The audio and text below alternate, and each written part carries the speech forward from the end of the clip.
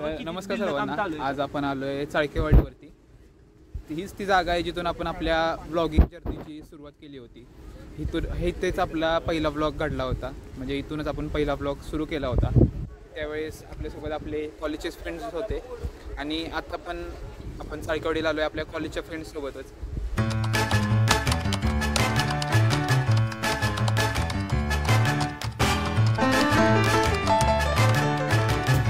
तो चलिए शुरू करते हैं.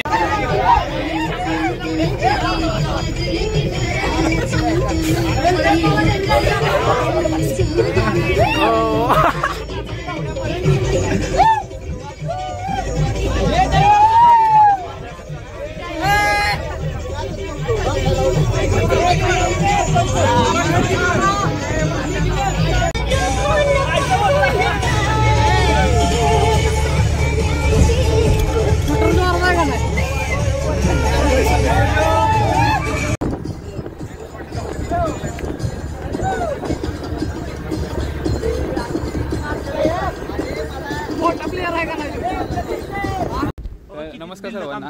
आज आपण आलोय चाळकेवाडीवरती. हीच ती जागा आहे जिथून आपण आपल्या ब्लॉगिंग जर्नीची सुरुवात केली होती. इथेच आपला पहिला ब्लॉग घडला होता, म्हणजे इथूनच आपण पहिला ब्लॉग सुरू केला होता.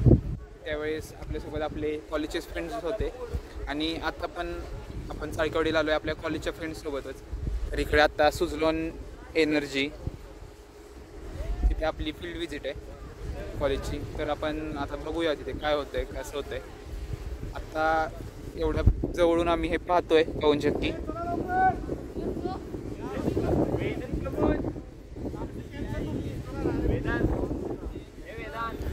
आम्ही रस्ता चुकलो होतो त्यामुळे खूप वेळ झाला. आम्ही इथून सरळ पुढे गेलो होतो. आता पुन्हा रिटर्न येऊन इथे आम्ही फोटो वगैरे क्लिक करणार आहे. तर बघूया आपण काय होतंय. आता आपण फोटो वगैरे काढले तिकडे आणि आता इथून निघालोय. हे सगळं पवन चक्की वगैरे खूप मस्त दिसतंय. आता तिकडे आपली बसती.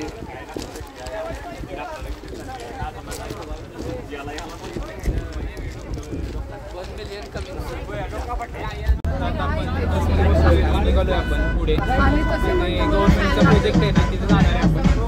इकडे हे पाहू शकता आणि काय केलंय काय. मग आता इथे आलोय, कसं वाटतंय तुम्हाला? एकदम थंड थंड वाटतंय, तर शांत बसलंय.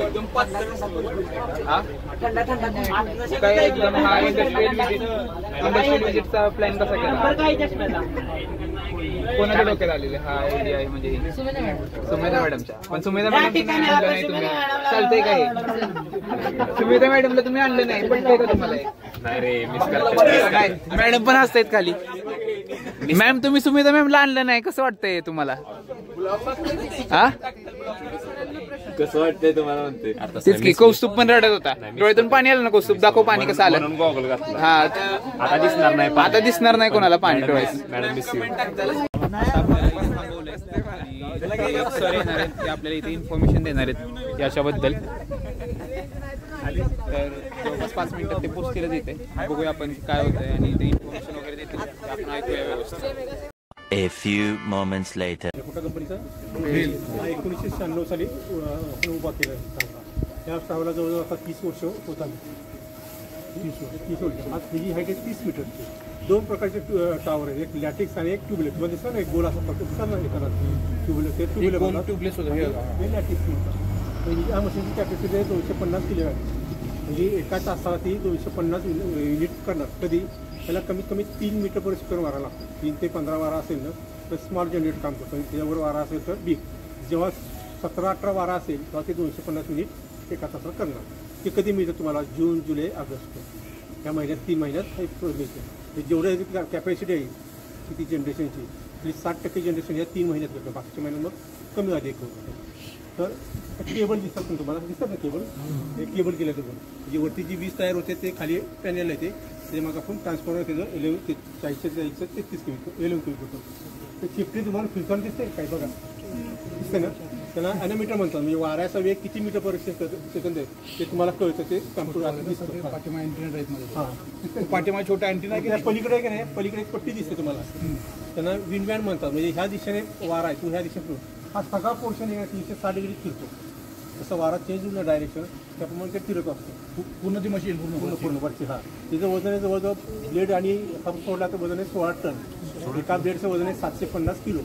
हां आणि ब्लेड आणि मधला गोल भाग दिला ज्याला ब्लेड कलेक्ट केलेत ना तिचं वजन आहे 4 टन. तर ते दिलं आहे ना त्यात आत जनरेटर गिअरबॉक्स आहे. हां त्या बाजूला भरपूर जागा असते म्हणजे जवळ 10-12 जण सहज मावू शकते उभी राहू शकते एवढी मोठी जागा आहे. हा म्हणजे पहिल्या जुन्या मशीन आहेत. ह्या 30 मीटरच्या आहेत. तुमच्या पुढे 40 मीटरच्या आहेत. आता सगळ्या मीटर 70-60 येतात. आता 120 मीटरची सुद्धा मशीन आलेली आहे. तर जी 20 तार होती मागं ट्रान्सफॉर्मर जाते. ट्रान्सफॉर्मर आपण 40 जास्तीत जायचं 11 के करतो. तर आम्ही मोठा ट्रान्सफॉर्मर आहे 11 केवीचा आम्ही 33 के घेऊन सातारा एमएससीलाही लाईट देतो. आता थोडे या अजून किती आतमध्ये का तुम्हाला मग अशी सांगितलं ना मागं ॲनोमीटर फिरतो तिथं किती विंड स्पीड ते हे दिसते बघा 3.3 मीटर पर सेकंड वारा आहे आता. आणि आता यो 3 वाऱ्याला किती युनिट करतो 3 युनिट. तिथं जर तुम्हाला 15 किंवा 15च्या वर वारा असेल ना या मशीनची कॅपॅसिटी 250 किलोवॅट एका तासात आहे. तर तुम्हाला इथे 250. आता वारा कमी झाला बघा दिसला का 2.6. तर आता जनरेशन काहीच करत नाही नुसती फ्री व्हिलिंग चालली मशीन. कमीत कमी 3 वारा लागतो.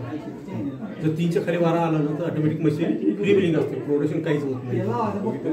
हे वेगवेगळे कार्ड आहेत. आता हे आज तारीख बघा 26 तारीख वाजले 3:15 वाजले सॉरी 1 वाजून 15 मिनिटं झालेली. ते ब्लेड एक ब्लेड आरपीएम त्याचे असतात म्हणजे किती एका मिनिटाला किती फेरे होतात तर त्याचे 29 फेरे होतात. जनरेटरचं आरपीएम दिले तरी किती होतात 751 असतात. आता हे 3 फेज असतात आपल्याकडे. 3 फेजचं व्होल्टेज दिले किती येते. हा करंट आहे किती करंट आता चाललाय त्याचा.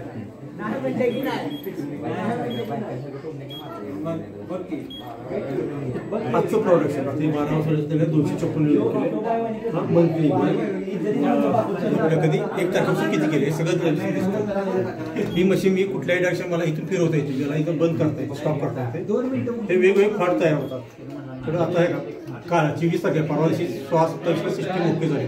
त्याची आधी कुठला फॉल्ट होता तर 16-27 आमच्या कोणी काही काम करायचं म्हणजे स्टॉप केली. त्याच्यानंतर रिसेट केल्यानंतर ते टायमिंग घेतं. असे सगळे जवळजवळ 31 पॉईंट म्हणजे सेव्ह होतात.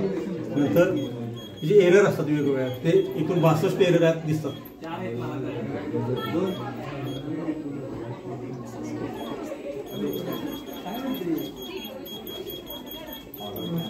दिसतात एरर सगळे जेवढे फॉल्ट आहेत ना ते सगळे एरर दिसतात तुम्हाला. किती कधी लागले किती वेळा लागले सगळे येते.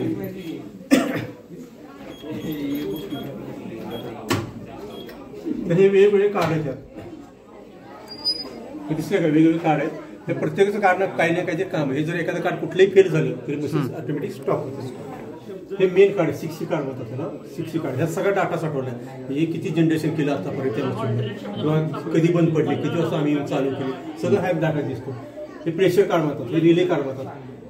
हे जे म्हणजे कुठलंही कार्ड काही फॉल्ट लागला तरी मशीन ऑटोमॅटिक स्टॉप होते.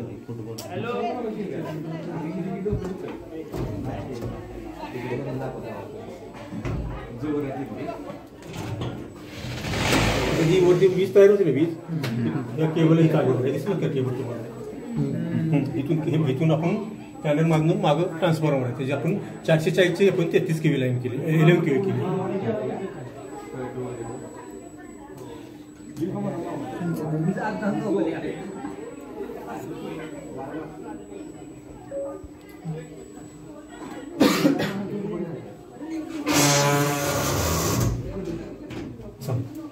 आता आपल्याला चालत पुढे पाठवतंय.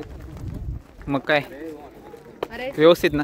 एक नंबर वातावरण एक नंबर. ओविन चक्कीच फिरली इथलं. भूक लागली आता आम्ही. अरे मॅडम आजारी येत रे मॅडम आजारी. मॅडमना खूप त्रास होतोय. सगळी मुलं मॅडमना खूप त्रास देत आहेत. विनाकारणाचं त्यांना काही पण प्रश्न विचारतात येते ते बरोबर नाहीये. मॅडमचा बर्थडे होता काल त्यामुळे सगळ्यांनी कमेंटमध्ये मॅडमना बर्थडेच्या विश द्या. तर मी आता तुम्हाला सांगितलं ना की मॅडमचा काल बर्थडे झाला तर आता आपण मॅडमचं केक कापून मॅडमचा केक बर्थडेचं सेलिब्रेशन करणार. इकडे आपले छोटे ब्लॉगर त्यांना तुम्ही सपोर्ट करा. तुम्हाला बोलले मी आपले 800 पैकी जेवढे होतील तेवढे सबस्क्रायबर त्यांना सबस्क्राईब करा. नको हे आपले आपला छोटा भाऊ ह्याला छोटा ब्लॉगर म्हणतोय.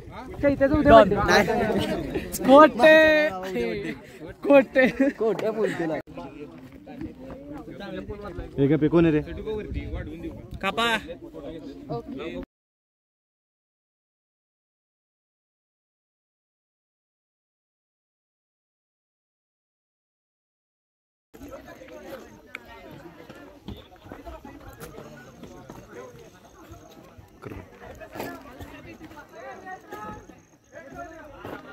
कुठं गेलाय बघ फोटो आता आम्ही गेलो इथून. तर आता सगळ्यांना कळणार आहे की राडा होणार पण पोरं नाही ऐकणार.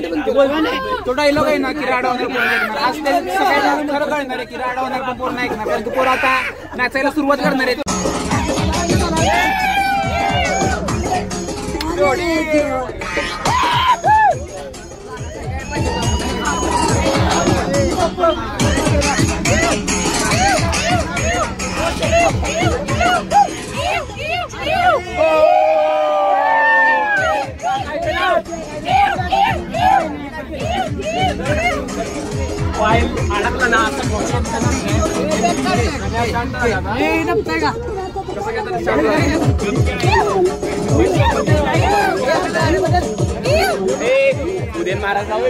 अडकला ना उद्या